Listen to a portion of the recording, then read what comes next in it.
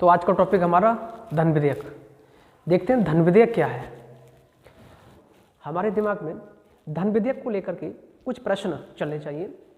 आखिर धन विधेयक होता क्या है, ये किस सदन में रखा जाएगा, इसे कौन उठाएगा, ये किस तरीके से दोनों सदनों में पारित होगा, राष्ट्रपति की इस पर किस तरह की पावर्स हैं, लोकसभा राज्यसभा की क्या पावर है, लोकसभा अध्यक्ष की क्या पावर है।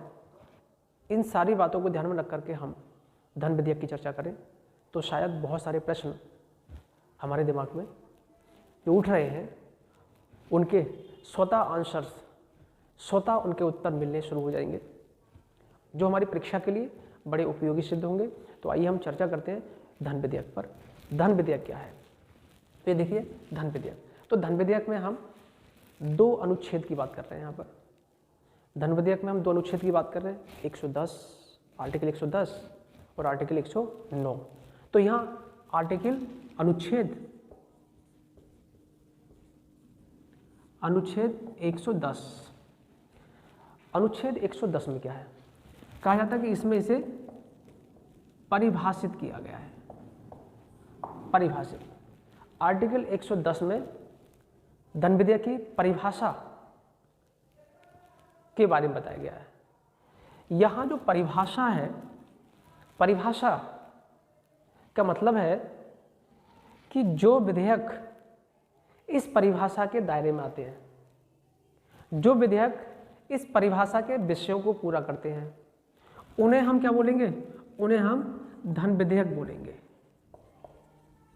उन्हें धन विधेयक बोलेंगे। तो ऐसे विषय कौन कौन से हैं, अर्थात कौन कौन से ऐसे विधेयक हैं जो इस परिभाषा की पूर्ति करते हैं और धन विधेयक कहलाते हैं, उनके कुछ हम उदाहरण देख रहे हैं। जैसे नंबर एक सरकार द्वारा धन उधार लेना, सरकार द्वारा धन उधार लेना, नंबर एक। नंबर दो कर, टैक्स, इसके लगाने की बात हो,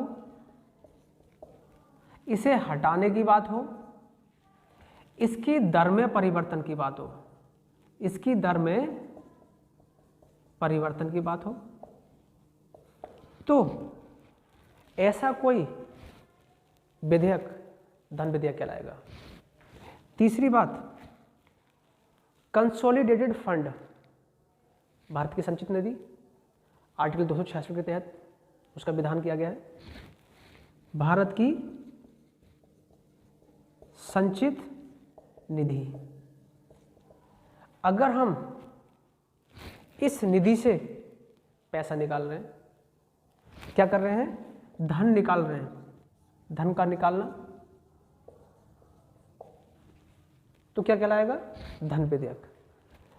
अगर कोई नया व्यय भारित करते हैं, मान लीजिए केंद्र स्तर का हमने कोई नया पद का सृजन किया, अब उसकी सैलरी केंद्र की संचित निधि से जाएगी, तो ऐसा कोई विधेयक जो उसकी सैलरी को मूर्त रूप देगा, वो विधेयक धन विधेयक कहलाएगा। जिससे हम संचित निधि पर, जिससे भारत की संचित निधि पर एक नया व्यय भारित कर रहे हैं, तो ऐसा विधेयक जो नया व्यय भारित करे वो धन विधेयक कहलाता है। अब हम बात करेंगे अनुच्छेद 109 की, जिसमें धन विधेयक को किस तरीके से प्रक्रिया के तहत गुजारा जाए, किस तरीके से उसे पारित किया जाए, किस तरीके से उसे रखा जाए। एक विशेष प्रक्रिया का प्रावधान जो किया गया है धन विधेयक के बारे में, एक विशेष प्रक्रिया का जो प्रावधान किया गया है वो आर्टिकल 109 में किया गया है। तो आर्टिकल 109, अनुच्छेद 109, आर्टिकल 109 में धन विधेयक के बारे में विशेष प्रक्रिया की बात करते हैं। धन विधेयक के बारे में विशेष प्रक्रिया, ये विशेष प्रक्रिया क्या है, अर्थात धन विधेयक कैसे पारित होगा, धन विधेयक कहाँ से उठेगा और कैसे कैसे आगे बढ़ेगा, हम इस बात की बात करेंगे, हम इस पे चर्चा करेंगे। देखिए नंबर एक विशेष प्रक्रिया में, विशेष प्रक्रिया जानने के लिए सबसे पहले पहुंचते हैं संसद। संसद में क्या है, सदस्य हैं, और ये जो सदस्य हैं ये दो प्रकार के सदस्य होंगे। नंबर एक सरकारी सदस्य, सरकारी सदस्य, और नंबर दो गैर सरकारी सदस्य, गैर सरकारी सदस्य। जो सरकारी सदस्य हैं आप सब लोगों को पता है, हम चर्चा कर चुके हैं, ये मंत्री परिषद के सदस्य होते हैं। मंत्री परिषद के सदस्य हैं सरकारी सदस्य, एक बात। दूसरी बात, गैर सरकारी सदस्य, शेष सभी सदस्य गैर सरकारी हैं, ये भी कह सकते हैं ये मंत्री परिषद सदस्य नहीं होते। दूसरी बात, अब यहाँ विशेष प्रक्रिया देख रहे हैं और विशेष प्रक्रिया की बात पूरी करेंगे। वो बात ये है कि जो धन विधेयक है, जो धन विधेयक है, ये जो धन विधेयक है, इस धन विधेयक को केवल मंत्री परिषद के सदस्य अर्थात कोई मंत्री लेकर आएगा। तो धन विधेयक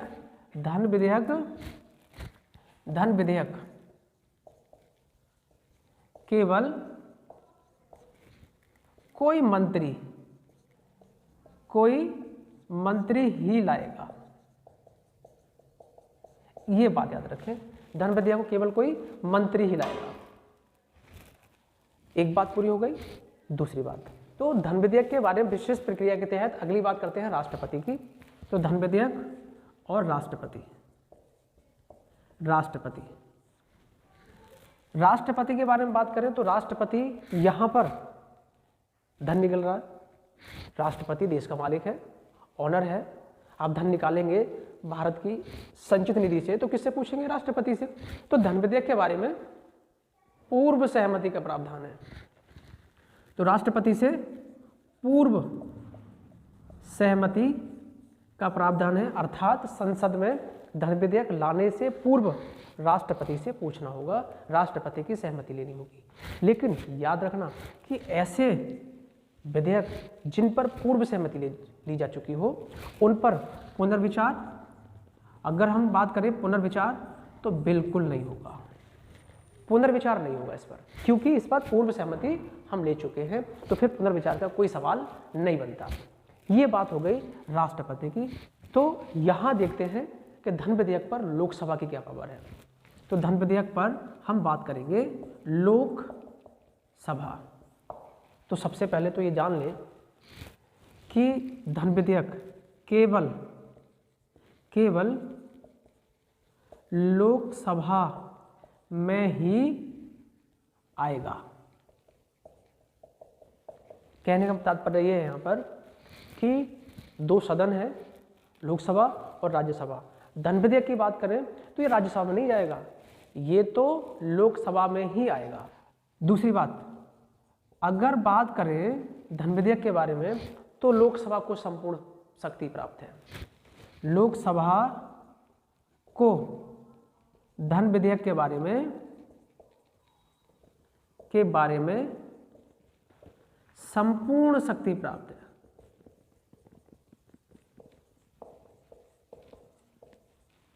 इसका मतलब क्या? संपूर्ण शक्ति, इसका मतलब यह है, संपूर्ण शक्ति का मतलब है कि राज्यसभा धन विधेयक पर कोई सिफारिश दे या ना दे, 14 दिन के अंदर वापस करे या ना करे, फिर भी लोकसभा उसे दोनों सदनों से पारित मान लेगी। इसीलिए संपूर्ण शक्ति धन विधेयक पर किसके पास है?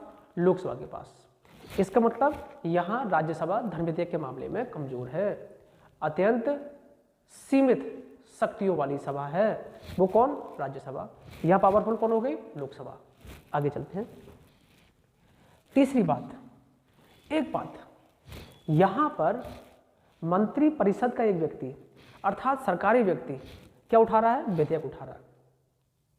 अब अगर ऐसी स्थिति में लोकसभा में ही धन विधेयक को अस्वीकृति मिल जाए या लोकसभा में ही धन विधेयक अस्वीकृत हो जाए, तो ऐसी दशा में मंत्री परिषद को अर्थात सरकार को रिजाइन देना होगा, त्याग पत्र देना होगा। यदि लोकसभा सदस्य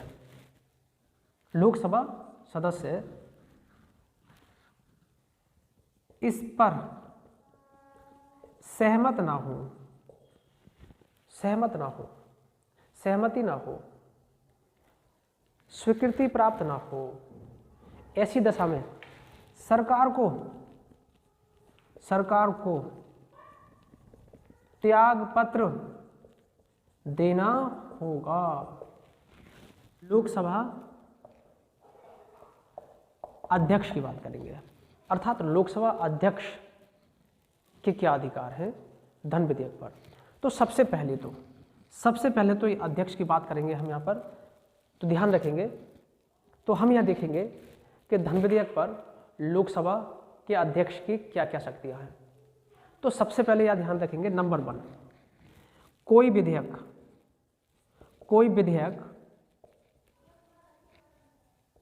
धन विधेयक है या नहीं, ठीक है, इस पे निर्णय किसका होगा? अध्यक्ष का होगा। इस पे निर्णय कौन लेगा? अध्यक्ष का, अध्यक्ष निर्णय होगा। और याद रखना कि अध्यक्ष का निर्णय ये अंतिम होगा, अंतिम का मतलब है कि जो उसने कह दिया वो फाइनल है, जो उसने कह दिया वो फाइनल है, उस पर कोई चुनौती नहीं दी जाएगी, अर्थात कोई चुनौती नहीं दी जाएगी, नहीं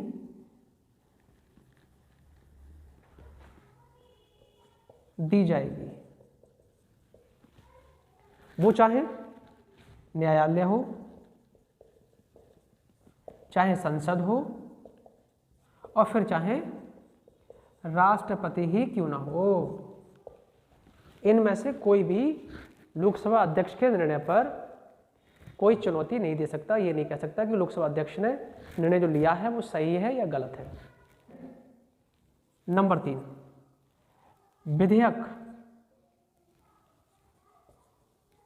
विधेयक कहाँ जाएगा? विधेयक जाएगा अब राज्यसभा पर, राज्यसभा में जाएगा।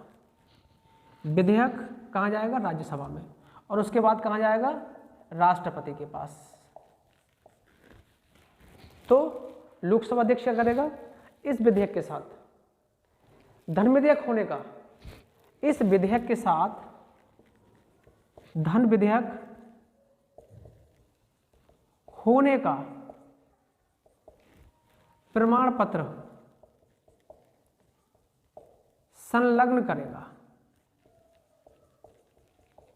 देख रहे, वो बताएगा कि जो प्रमाण पत्र, जो विधेयक आपके पास आ रहा है वो धन विधेयक है, जो राष्ट्रपति के पास पहुंच रहा है और राष्ट्रपति उस पर देखेगा कि भाई इस पर क्या है, एक प्रमाण पत्र लगा हुआ है और ये धन विधेयक है। ये काम कौन कर रहा है? ये लोकसभा अध्यक्ष कर रहा है। कौन कर रहा है? लोकसभा अध्यक्ष। अब धन विधेयक कहाँ पहुंचेगा? राज्यसभा में। अब हमें ये देखना है कि राज्यसभा के धन विधेयक पर क्या क्या शक्तियाँ हैं, इसे देखेंगे। तो नंबर 1 बात क्या है, देखिए धन विधेयक के बारे में, राज्यसभा की शक्तियाँ, ये देखिए। नंबर 1 अत्यंत सीमित अधिकार है, अत्यंत सीमित अधिकार है। सीमित अधिकार, इसका मतलब ये है कि राज्यसभा को इसमें, इसका मतलब ये है कि राज्यसभा को धन विधेयक में कोई भी संशोधन करने का अधिकार नहीं है। मतलब कोई भी संशोधन नहीं कर सकती। एक बात तो ये हो गई, कोई संशोधन नहीं कर सकती। दूसरी बात देखिए,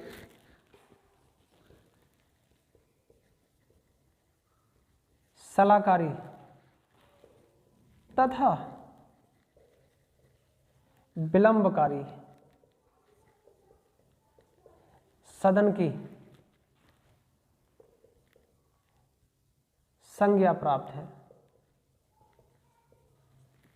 क्या है? इसे केवल सलाहकारी और विलंबकारी सदन कहा गया है। इतना कर सकती है, ये सलाह दे सकती है। इस सलाह को मानना या ना मानना लोकसभा के ऊपर निर्भर करता है। यदि लोकसभा ने इसकी सलाह को मान करके बिल पास कर दिया तो सलाह सहित माना जाता है, और सलाह ना भी माने तब भी पास कर दे तब भी दोनों सदनों द्वारा पारित माना जाता है। दूसरी बात, विलंबकारी सदन। ये विलंबकारी सदन क्या है? इसे राज्यसभा को एक पावर दी गई है। वो कितने दिन की? कि बिल को रोकने की। बिल को रोकने का जो समय दिया गया है वो समय है 14 दिन। कितने? 14 दिन। 14 दिन तक ये क्या कर सकती है? विधेयक को रोक के रख सकती है। तो इसे जो अधिकार मिला हुआ है विधेयक को 14 दिनों तक रोकने का अधिकार है। यदि 14 दिन की अवधि निकल जाती है तो लोकसभा उसे पारित मान लेती है, वो भी दोनों सदनों सहित पारित माना जाता है। तो ये राज्यसभा के अधिकार थे धन विधेयक पर। अब हम देखेंगे राष्ट्रपति। अब विधेयक पर अंतिम स्वीकृति किसकी होगी? राष्ट्रपति की। तब जाकर के कोई विधेयक अधिनियम के रूप में तब्दील होगा। तो हम यह देख रहे हैं धन विधेयक और धन विधेयक राष्ट्रपति।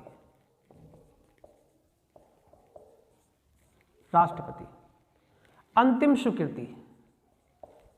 अंतिम स्वीकृति। अंतिम स्वीकृति की बात करें तो यहां क्या क्या हो सकता है? अंतिम स्वीकृति की बात करें राष्ट्रपति के बारे में, तो राष्ट्रपति को क्या क्या शक्तियां हैं? तो नंबर एक स्वीकृति दे सकता है, एक बात। नंबर 2, स्वीकृति रोक सकता है। नंबर 3, पुनर्विचार नहीं हो सकता।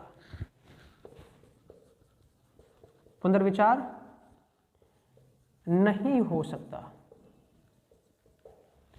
क्यों? क्योंकि धन विधेयक है ना, ये विधेयक राष्ट्रपति की पूर्व सहमति से ही रखा गया था, इसलिए अब इस पर पुनर्विचार की कोई गुंजाइश नहीं है। इस तरह से ये पूरा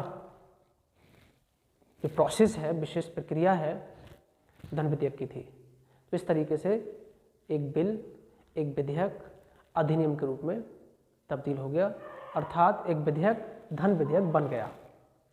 तो मैं उम्मीद करता हूँ कि आपको पूरी क्लास अच्छे समझ में आई होगी, और बस आपका सपोर्ट मुझे मिलता रहना चाहिए। आप लोगों से उम्मीद है कि आप लोग इस वीडियो को लाइक करेंगे, सब्सक्राइब करेंगे और शेयर करेंगे। आपका द्वारा किया गया सब्सक्राइब अधिक से अधिक वीडियो बनाने के लिए मोटिवेट करेगा। आप लोगों से गुजारिश है कि अधिक से अधिक लाइक, शेयर और सब्सक्राइब करें। सब्सक्राइब करने का फ़ायदा ये होगा कि अगली वीडियो का नोटिफिकेशन सर्वप्रथम आपके पास पहुंचेगा। मैं पूरा प्रयास करूंगा कि अगले टॉपिक को मैं और बेहतर कंटेंट के साथ आपके पास तक पहुंचाऊं। धन्यवाद।